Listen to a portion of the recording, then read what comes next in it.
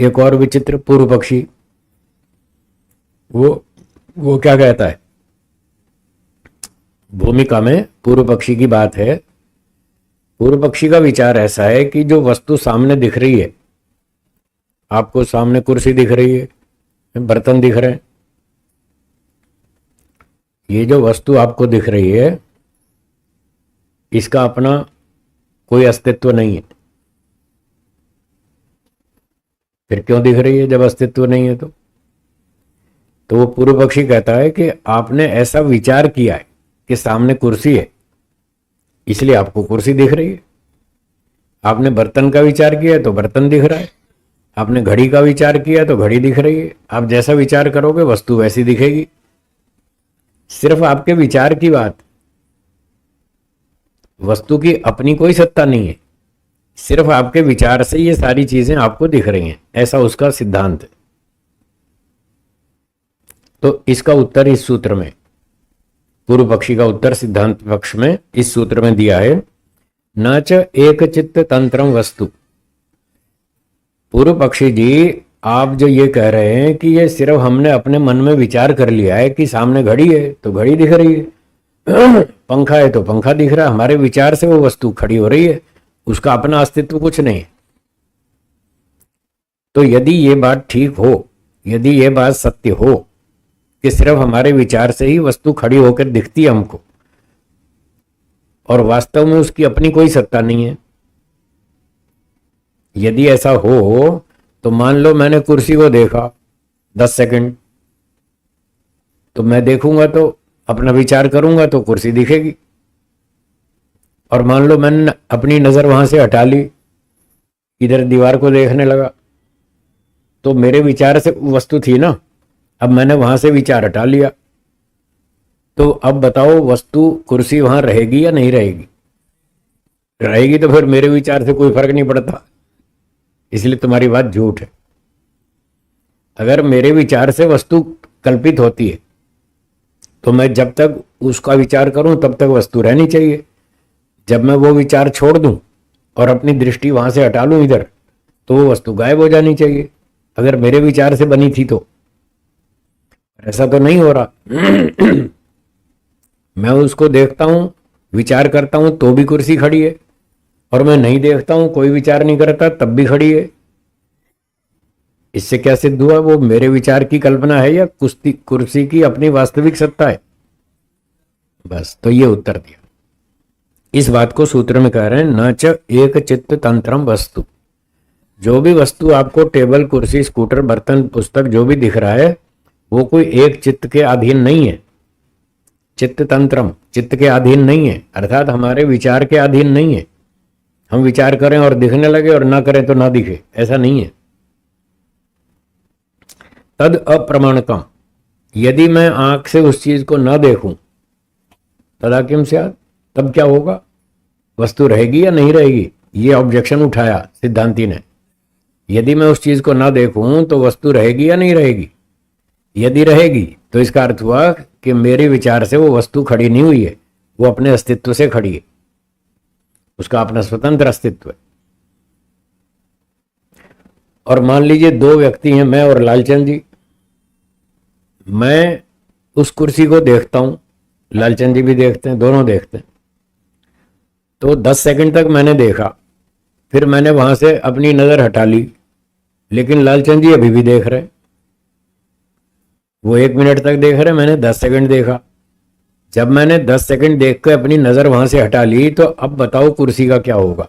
कुर्सी रहेगी या नहीं रहेगी? यदि रहेगी तो फिर वो अपनी सत्ता से खड़ी है, न कि मेरे विचार से, क्योंकि आपका नियम था यदि मैं देखूंगा तो रहेगी। अब मैं तो नहीं देख रहा, तो फिर वो नहीं रहनी चाहिए, जबकि लालचंद जी देख रहे हैं तो वो है। तो मेरे देखने ना देखने से कोई फर्क नहीं पड़ता, वस्तु है तो है। तो ये वैदिक सिद्धांत है, वस्तु अपने स्वरूप में जैसी है वैसी ही रहेगी। आप उसको देखें ना देखें, वैसी माने ना माने, ये आपका सिर दर्द, ये आपकी समस्या है। वस्तु जैसी है वो वैसी ही रहेगी। अब इस नियम से देखो, ईश्वर जैसा है वो वैसा ही रहेगा।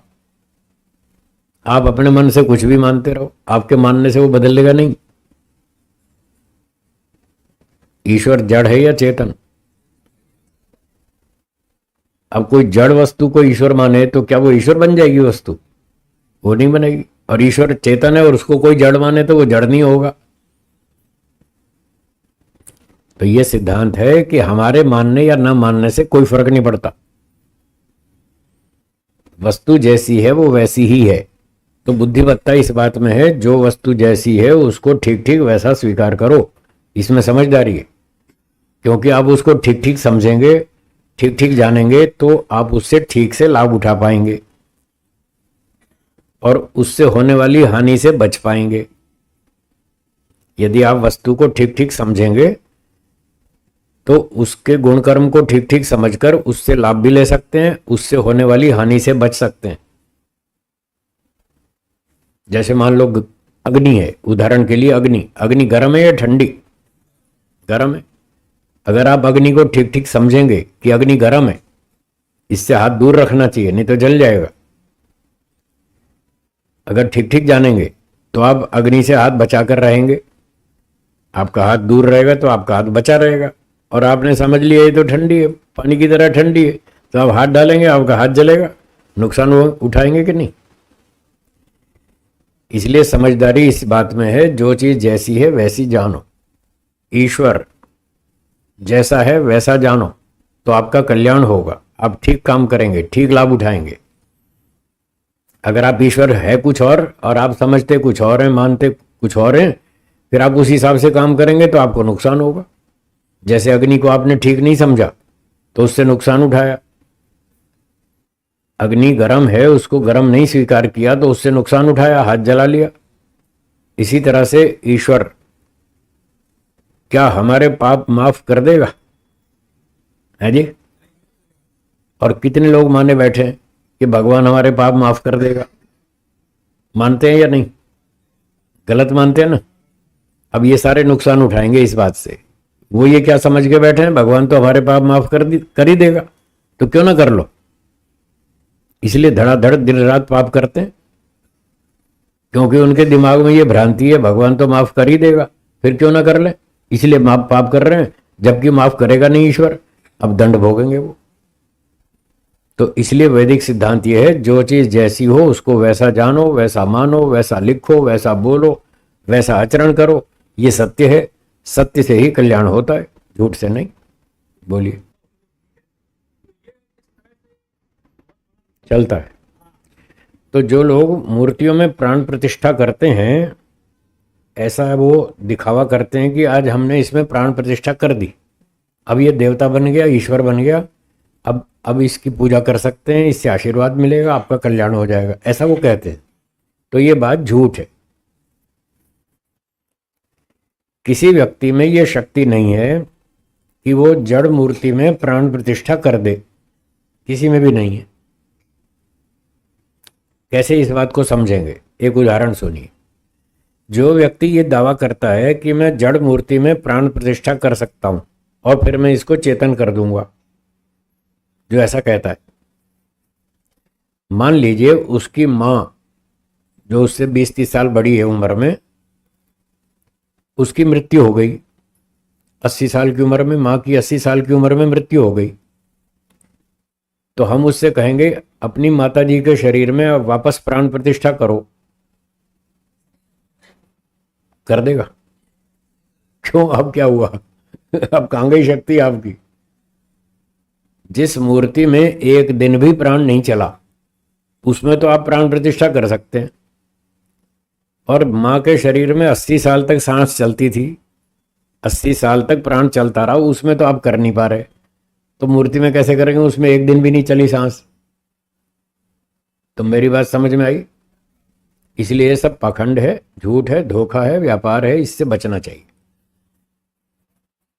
ठीक है, मैं फिर वही बात कह रहा हूं, ये लोग नहीं सुधरेंगे, आप अपनी बात करो, आपको सुधरना है या नहीं, बस आप अपना अपना समझ लो कि हाँ ये पाखंड है, मुझे इसमें नहीं फंसना। आप उनको सुधारने जाएंगे तो वो नहीं सुधरेंगे, उल्टा आपसे झगड़ा कर लेंगे। तो झगड़ा नहीं करना, बस अपना बचाव करें और अपने 2-4 लोगों में, दोस्तों में, मित्रों में बता दें भाई ये बात ऐसी है, उनको अगर समझ में आ जाए तो वो भी बच जाएंगे, नहीं आए तो ना सही, झगड़ा नहीं करना। जबरदस्ती नहीं करना। घर में ऐसा करते हैं ना, तो उनको समझाओ, नहीं समझते तो छोड़ दो। झगड़ा नहीं करना, झगड़ा नहीं करना, चाहे घर हो, चाहे पड़ोस हो, चाहे दोस्त हो, मित्र हो, कोई भी हो, झगड़ा नहीं करना। कोई समझता हो तो समझाओ। अब ये व्यापारी लोग बैठे हैं, ये अपना माल बेचते हैं, ग्राहक आते हैं दुकान पर, तो ये अपना माल दिखाते हैं, देखो जी ये वैरायटी है, ये कपड़ा है, ये कपड़ा है, ये कपड़ा है, ये कपड़ा है, 20 तरह की 10 तरह की वैरायटी दिखाते हैं। अगर ग्राहक को पसंद आए तो वो खरीदेगा, हाँ या ना। और उसको पसंद नहीं आया तो क्या जबरदस्ती व्यापारी उसको कहेगा चल खरीद, जबरदस्ती है तुझे ठोकूंगा, माल नहीं खरीदेगा तो जबरदस्ती थोपूंगा? क्या ऐसे धंधा होता है? बोलिए, ऐसे होता है क्या? नहीं होता ना भाई। हमने अपना माल दिखाया, आपको समझ में आया तो ले, और नहीं आया तो कोई बात नहीं, हमारा माल हमारे पास, तुम अपने घर हम अपने घर, ऐसे होता है ना। तो आप अपनी बात दूसरे दोस्तों को बता दो कि भाई हम ये मानते हैं, ये समझते हैं, ये सही है, प्रमाण तर्क से ये सिद्ध होता है, आपकी समझ में आए तो हमारा माल ले लो, और नहीं आए तो कोई जबरदस्ती नहीं थोपेंगे हम। जबरदस्ती नहीं थोपना, नहीं समझ में आए छोड़ दो, झगड़ा नहीं करना, ठीक है। आगे चलें। तो ये बात थी तयोर विभक्त पंथ न च एक तंत्रम वस्तु। तो एक चित्त के विचार के अधीन नहीं है वस्तु, उसका अपना अस्तित्व है, वो अपने अस्तित्व से खड़ी है, कोई उसको देखे ना देखे वस्तु खड़ी रहेगी। कोई उसको जैसी वस्तु है वैसी मानो तो ठीक है, आप उल्टा सीधा माने तो आपको नुकसान है, वस्तु का कुछ नहीं बिगड़ता। ईश्वर चेतन है, वो सबको देखता है, वो देख रहा है और सबका न्याय करेगा, ये सत्य है। आपको ये समझना हो और लाभ उठाना हो तो उठा लो, नहीं समझना तो ठीक है, उल्टा सीधा करते रहो, फिर आगे डंडे खाने पड़ेंगे। ईश्वर तो छोड़ेगा नहीं, वो नहीं करेगा माफ किसी को भी। तो वस्तु जैसी है वैसी ही रहेगी, हमारे विचार से कोई फर्क नहीं पड़ने वाला, ठीक है जी। तो ईश्वर, जीव, प्रकृति, तीनों वस्तु, मुख्य 3 पदार्थ हैं। तो जैसी ये 3 वस्तुएं, उनको वैसा वैसा समझे। तो आप खोल के नहीं बताता।